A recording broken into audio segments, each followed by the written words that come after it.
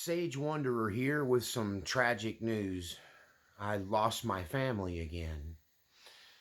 So, you all know that I've had this family with small children living with me for the last couple of years. And I knew they weren't really happy in this situation. I live too far out. It's hard for them to find any kind of work. They don't have a car. So, it's been difficult. I've had to take them everywhere they go. And for the last 2 years, I've been blessed to be an instrumental role in both their lives, but most especially the lives of their children. And especially little man who's going to turn 3 in August. And he and I were tight. We were buddies, right? And, you know, they left back in October and tried it, but they didn't have a plan. Like they didn't really have help, and they went out on a wing and a prayer, and they ended up right back here again. But that's not the case this time. They have, mature family members who've decided to try and help them. So I think their success is likely, and they've moved a far distance away. So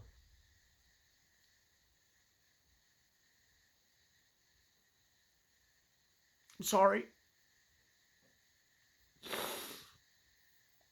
So I'm back to the uh, fortress of solitude. I'm back to the lonely life I've been living for a long time now.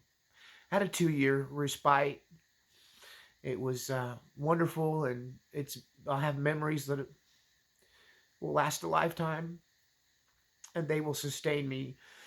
And this is my last attempt at any kind of family life. I think that God's made it perfectly clear that my role is to be that lonely sage, that holy man, that voice crying in the wilderness. And I gotta say, as much as I loved having them here, the chaos that, two toddlers and all of us living in this these two small tiny homes.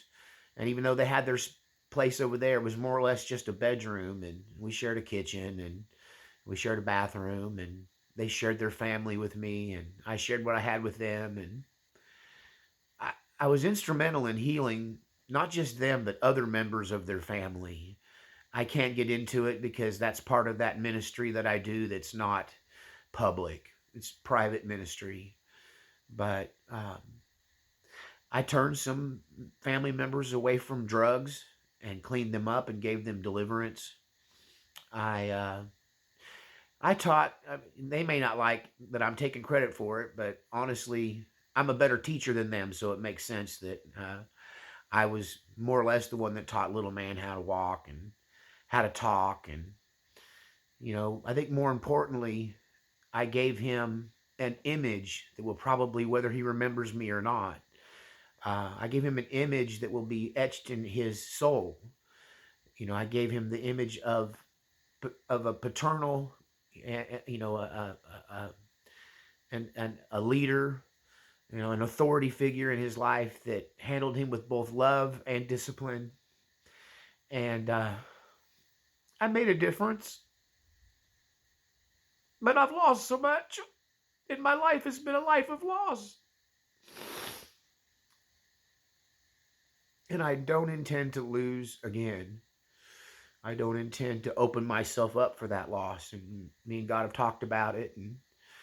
And even though they've been such a blessing to me, and it really was so healing for me, I'm a man that lost his adult son to mental illness. And having a little man in that magic time, for me, that's the best time. I would like to have had him around till he's 4 or 5. By the time they go to school, they get all sassy. But I would like to have had a couple more years with him. But I totally understand that living in the wilderness is not something that most people can live with. And so I've released them with no animosity or hate. I miss them greatly. The little man has left a hole in my heart. But even though it hurts, I've taken a healthy attitude towards it. I'm just so thankful to have had that little person in my life. He's such a light. He's such a special kid. I would take him to Walmart shopping with me and put him in the cart, and he would just go through Walmart to total strangers, smiling and waving and going high five, and we couldn't get through Walmart without him getting at least 4 or 5 high fives from total strangers. And he just loves everybody, and that's part of his personality, but also I can see in him the effect that I've had on him, because his family life would have been very different if he hadn't had these. I made a huge difference in these people's lives, but there's an old African proverb that says, if you heal someone of a broken leg, do not be surprised if they use that leg to walk away from you. And I guess they graduated the Sage Wanderer class on child rearing. And I feel like anytime I want to travel the distance and see them, I can. And I intend to be at his birthday parties every year if they'll let me. And I hope that he still remembers me in August. I'm sure that he will. It was a heartbreaking departure because he understood what was going on. And, he clung to his papa, and we both cried. And it was like a Hallmark Channel writer couldn't have done a better job. It pulled the tears out of anybody. It was heart-wrenching. I won't lie to you. This last week has been... it's been a masterclass in suffering. And, but it's okay. Because I do know that all the energy I was putting into them was taken away from my calling and my ministry. That as much as I tried to manage both, I feel like I failed you guys to some degree. That I was less for you because I had to be more for them. And that's why God wants me isolated, because he wants all of me. He wants me to give all of myself to you. He wants me to give all of myself to this mission. So this is not the end of this channel, by a long shot. In fact, it's like a new beginning. And I can now really focus on the craft, focus on the ministry, focus on my skills and abilities to create better content for you. And, I'm not a lazy man. I've just been spread thin for the last couple of years. So I hope this will generate a resurgence in the channel. And I do have a little bright moment of hope here. I've become aware of a very unusual local band. And if it's God's will, I might become involved with them, because they're a church band that performs in church, but they also perform in family-friendly settings like festivals and bowling alleys and the VFW hall, stuff like that. They do stuff for veterans, and so they play country music, traditional classic country, which is my wheelhouse. That's what I'm best at. And they also play in church, and they're already a big band, but they kind of rotate out members to fit the venue. So they have a layered pricing structure. So if they're playing someplace that can afford it, they'll bring everybody out. And if other places, they might just come as a duet. And so I'm hoping, because of that flexibility, and they don't have a keyboard player. They've got everything else. They don't have a keyboard player. And I don't know how you do a church band and not have a keyboard player. So I'm hoping that maybe it sounds like a perfect fit. Now, they're a family, so it's mostly family. But there's a couple of people in the group that aren't family. And I've not even met them. I've just heard about them. My sister's a fan of them. And so I'm going to follow that and see if it leads anywhere. But other than that, I intend to not have any other social or outside of the house activities, so that I can really focus on the channel. And I got really surprised this week, because I kind of live under this threat of, if I don't preach, I don't eat. So I often work sick. I often work heartbroken. I often work and continue producing, and even when I'm in dire need of a vacation, because I kind of live under this fear that if I don't make videos, all of the donations will stop immediately. And it's been about a week now that I haven't produced anything for the channel, but the donations still came in at the first of the month. So thank you so much for being faithful. Thank you so much for the support and validation that I get from you uh, through your gifts, to my care, and also just the interactions and the fine words. And but I, although it's broken my heart, I let them go, and I wish the very best for them. And I let them know that, I'm always here if they need me. If they get out there and they fail again and they need a backup, come right back. I'd love to have you. But I guess everything happens in God's divine timing.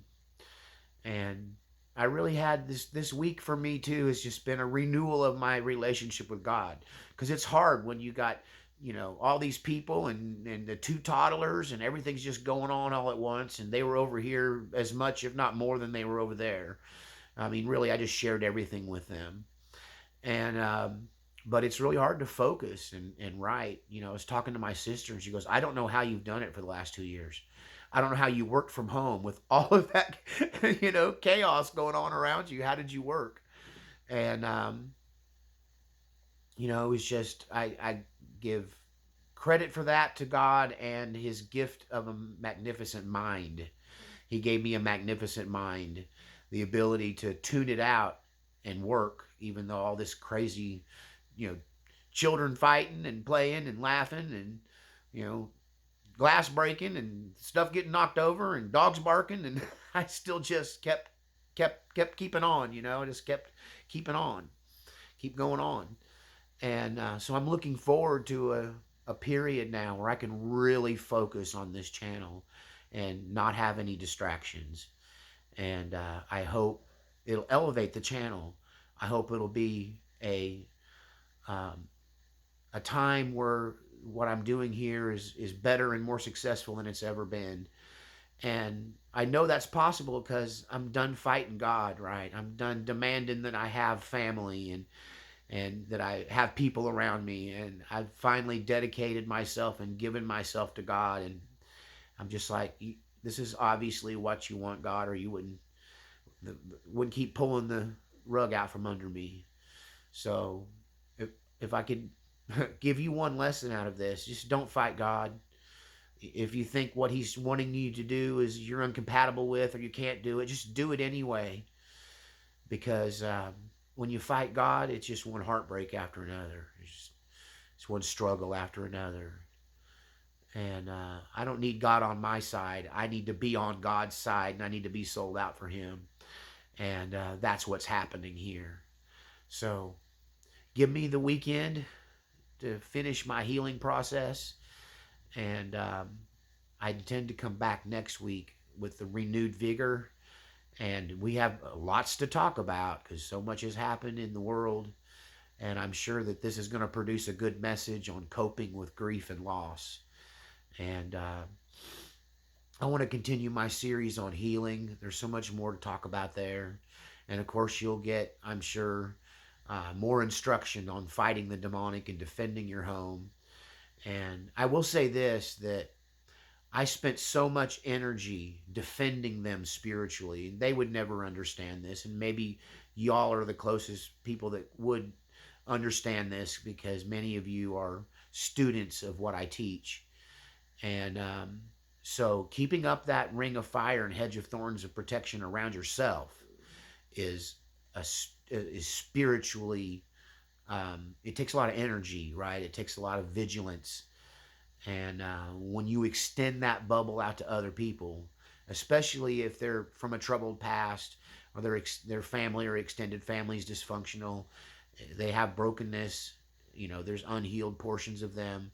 And, that's just, we know, food for demons. Like, that's what they feed on. So creating this safe space for them ensuring that the demons parked it at the street and didn't come on this place, was 24/7, 365 days a year for the last 2.5 years. And I'm kind of exhausted from it. And as soon as they left and I gave them to God and let them go, um, huge weight lifted off my shoulders. It's like I had a cord of firewood on my back, and I was able to lay it down. And I just gave them to God and told him, they're yours now, Lord. You fully take care of them, and I trust you with them. And if they happen to watch the video, just know that I loved you all very much. That you were family to me, and the loss is crushing. But I will survive, because that's what survivors do. Thank you for listening. We'll see you back after the weekend if I don't get inspired before then. And I'm hoping for a Sunday sermon, but I'm not putting pressure on myself to do it. I need a minute to adjust. But thank you for your support. Thank you for your kind words. In so many ways, the family I crave is right here. You're my family. Thank you for being family to me. And I hope someday we can meet in the real world. Bless you all. Thank you.